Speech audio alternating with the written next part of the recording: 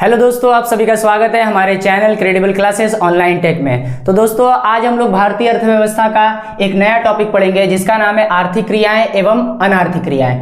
अनार्थिक क्रियाओं को गैर आर्थिक क्रियाओं के नाम से भी जाना जाता है। तो भारतीय अर्थव्यवस्था हम लोग पढ़ रहे हैं, तो हम लोग चले दूसरा टॉपिक पढ़ते हैं, आर्थिक क्रिया एवं अनार्थिक क्रिया क्या होती है। सबसे पहले आ जाते हैं आर्थिक क्रियाओं के बारे में पढ़ते हैं। आर्थिक क्रियाओं को अंग्रेजी में इकोनॉमिक एक्टिविटीज बोला जाता है। अब इसका मतलब क्या होता है जानते हैं। वे सभी क्रियाएं जिनका उद्देश्य धन कमाना होता है उन्हें हम आर्थिक क्रिया कहते हैं। मतलब वे सभी क्रियाएं जो मनुष्य धन कमाने के लिए यानी पैसा कमाने के लिए करता है उसको हम लोग आर्थिक क्रिया कहते हैं। कुछ उदाहरण देख लेते हैं, जैसे क्रय विक्रय करना, वस्तुओं का और सेवाओं का क्या करना, क्रय विक्रय करना, उनको खरीदना और बेचना। फिर उसके बाद वकालत करना, वकील जो होता है, जो एडवोकेट होता है, वो क्या करता है, कोर्ट में वकालत का काम करता है, तो वो भी क्या है, आर्थिक क्रिया के उदाहरण है। फिर उसके बाद डॉक्टर द्वारा मरीजों का इलाज करना है। जितने भी डॉक्टर्स होते हैं वो हॉस्पिटल में क्या करते हैं, मरीजों का अपना इलाज करते हैं, ठीक है, ये भी आर्थिक क्रिया है। शिक्षक द्वारा विद्यालय में पढ़ाना, जितने भी टीचर्स होते हैं, प्रोफेसर होते हैं, वो स्कूल और कॉलेजों में क्या करते हैं, पढ़ाते हैं और उनके बदले उनको क्या मिलता है, वेतन यानी सैलरी मिलता है। तो ये भी क्या है, एक आर्थिक क्रिया के उदाहरण है, ठीक है। अब आते हैं दूसरी क्रिया के बारे में पढ़ते हैं जिनका नाम है अनार्थिक क्रिया, जिसको नॉन इकोनॉमिकल एक्टिविटीज बोला जाता है। अनार्थिक क्रिया को गैर आर्थिक क्रिया के नाम से भी हम लोग जानते हैं। याद रखिएगा इसको, कहीं कहीं आपको क्या होगा, किताबों में गैर आर्थिक क्रियाएं मिलेंगी, ठीक है। तो अब ये क्या होता है, आइए देखते हैं। जो क्रियाएं व्यक्ति द्वारा मानसिक संतुष्टि प्राप्त करने के लिए की जाती है तथा जिनका उद्देश्य धन कमाना नहीं होता है उन्हें हम अनार्थिक क्रिया कहते हैं। मतलब क्या है कि मनुष्य कुछ ऐसी भी क्रियाएं करता है जिनके पीछे पैसा नहीं होता है, पैसा मोटिव का, पैसा अर्न करना नहीं होता है, बल्कि मानसिक संतुष्टि प्राप्त करना होता है, ठीक है, उन्हें हम अनार्थिक क्रिया कहते हैं। एग्जाम्पल आइए देखते हैं। भगवान के दर्शन करना यानी मंदिर में जाना, मस्जिद में जाना, गुरुद्वारे में जाना, चर्च में जाना, वहां जाकर हम लोग क्या करते हैं, प्रेयर करते हैं यानी प्रार्थना करते हैं। उन प्रार्थनाओं से हमें क्या मिलती है, मानसिक संतुष्टि मिलती है। तो मानसिक संतुष्टि मिलती है, तो ये क्या है, अनार्थिक क्रिया के उदाहरण है। फिर इसके बाद किसी गरीब को दान देना, यानी कोई गरीब व्यक्ति है, अगर आप उसके कुछ पैसा या कोई कपड़ा या उसकी सहायता करते हैं, ठीक है, और उसके बदले आप कुछ भी नहीं प्राप्त करते, केवल आपको मानसिक संतुष्टि मिलती है कि आप समाज में रहकर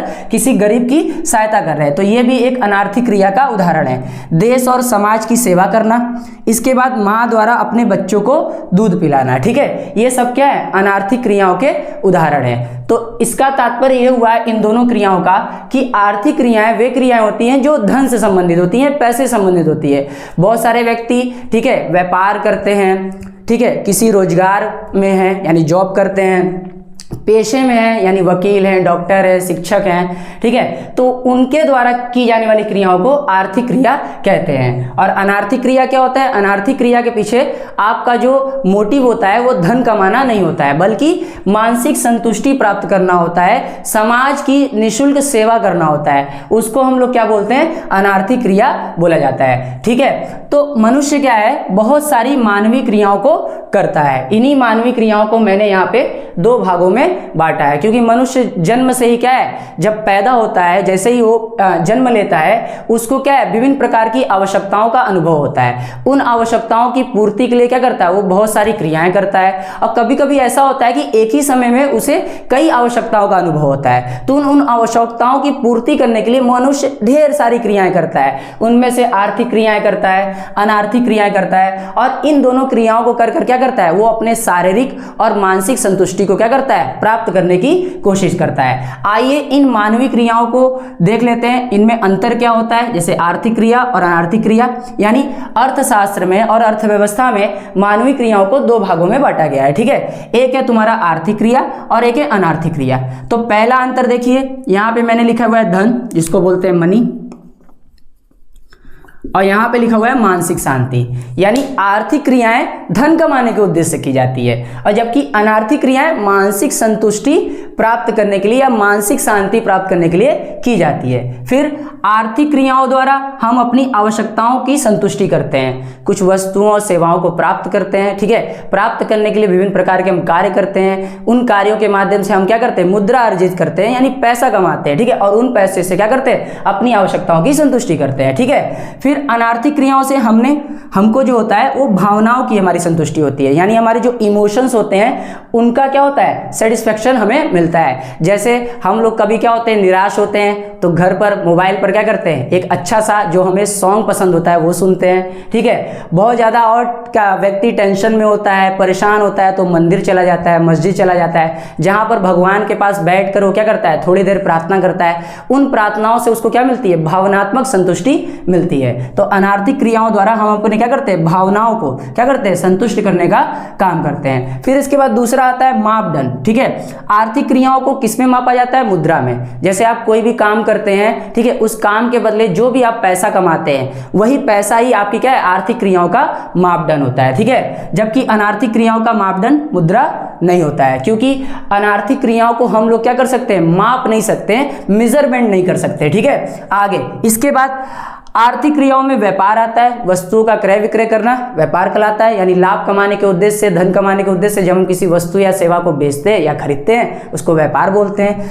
रोजगार, जिसको हम लोग जॉब बोलते हैं, जब हम किसी के कंपनी में जाकर या किसी के अधीन जाकर क्या करते हैं, कोई काम करते हैं, ठीक है, और उससे क्या करते हैं, अपना पारिश्रमिक प्राप्त करते हैं, जैसे सैलरी हो गया, वेजेस हो गया, वेतन और मजदूरी हो गया, तो उसको रोजगार बोला जाता है। पेशा, जब हम क्या करते हैं, एक स्पेसिफिक नॉलेज का क्या करते हैं, यूज करके किसी समाज के लोगों को क्या करते हैं, लाभ प्रदान करते हैं, उसको पेशा बोला जाता है। जैसे डॉक्टर क्या करता है, खूब सारा पढ़ाई करता है, और फिर उस पढ़ाई से क्या करता है, सारा ज्ञान अर्जित करके वो समाज के उन व्यक्तियों की मदद करता है जिनको क्या है, चिकित्सा संबंधित सुविधाएं क्या है, हाँ, उनको जरूरी है, ठीक है। तो ये पेशे में आ जाता है। शिक्षक द्वारा पढ़ाना, जैसे मैं आपको यहाँ पे पढ़ा रहा हूँ तो मैं भी क्या कर रहा हूँ, एक पेशे वाला काम कर रहा हूँ, यानी मेरा जो काम है वो प्रोफेशन वाला काम है, ठीक है, तो पेशा होता है। तो इन तीनों चीजों को क्या किया जाता है, आर्थिक क्रिया में सम्मिलित किया जाता है। इसमें देखिए अनार्थिक क्रिया में कुछ धार्मिक सेवा करना, जैसे बताएं मंदिर जाना, मस्जिद जाना,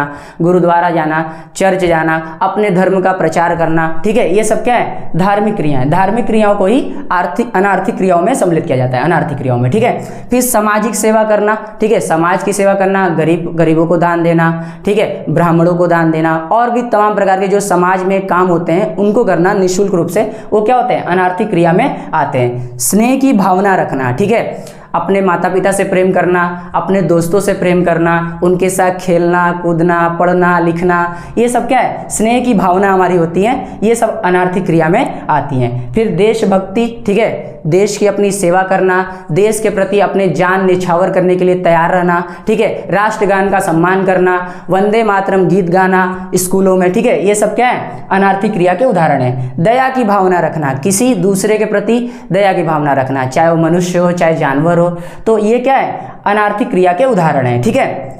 अब आगे आर्थिक क्रियाओं का अध्ययन अर्थशास्त्र में करते हैं, अनार्थिक क्रियाओं का अध्ययन अर्थशास्त्र में नहीं किया जाता है। मैंने आपको इसके पहले वाले वीडियो में बताया था कि अर्थशास्त्र और अर्थव्यवस्था क्या होता है, तो आप लोगों को क्लियर हो गया होगा कि आर्थिक क्रियाओं का अध्ययन हम लोग क्या करते हैं, अर्थशास्त्र में करते हैं, ठीक है, अर्थशास्त्र में करते हैं, ठीक है। एडम स्मिथ ने एक लाइन भी बोला है कि अर्थशास्त्र क्या है, धन का विज्ञान है, अर्थशास्त्र एक धन का विज्ञान है, यानी जहां पे क्या करते हैं हम लोग आर्थिक क्रियाओं का, यानी धन का, यानी पैसे का क्या करते हैं, स्टडी करते हैं, उसके पढ़ते हैं, ठीक है। आई होप आपको ये टॉपिक समझ में आया होगा, ठीक है। इसका आप लोग स्क्रीनशॉट ले लीजिए, मैं कुछ देर के लिए हट जाता हूं। जैसा कि मुझे पता चल गया कि आप लोगों ने इस पूरे टॉपिक का स्क्रीनशॉट ले लिया होगा, ठीक है, आपको ये टॉपिक समझ में आया होगा। अगर ये टॉपिक समझ में आया है तो इस वीडियो को लाइक करें, ठीक है, और कमेंट करके बताएं कि कैसा रहा ये सारा टॉपिक, आपको समझ आया कि नहीं। अगर कोई डाउट है तो उसको पूछिए, ठीक है, कमेंट बॉक्स में, ठीक है। तो ये टॉपिक खत्म हुआ जिसका नाम था आर्थिक और अनार्थिक क्रिया, ठीक है। तो मिलते हैं हम लोग नेक्स्ट वीडियो में नेक्स्ट टॉपिक के साथ भारतीय अर्थव्यवस्था के लिए, ठीक है। धन्यवाद, जय हिंद।